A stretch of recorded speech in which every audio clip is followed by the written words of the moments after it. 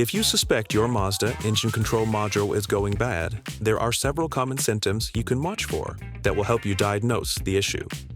Let's take a look at what problems you might experience with a failing ECM. Check engine light activation. When an ECM encounters an internal fault, it will trigger a diagnostic trouble code or a DTC, which will illuminate the check engine light. Hard start or no start condition.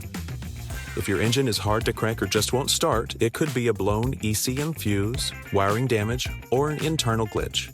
Basically, your ECM isn't powering up like it should. Rough running or reduced power.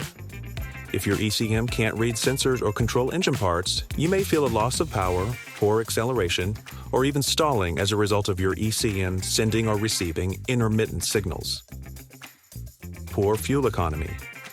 Efficient fuel delivery is the job of the ECM.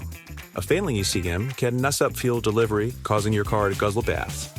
If you're filling up more often, your ECM might be to blame, even if there's no check engine light. Emissions test failure. Emissions monitoring is another job of the ECM. If it's not monitoring those emissions properly, you'll likely fail an emissions test. Sometimes it just needs a software update, or you may need a full replacement.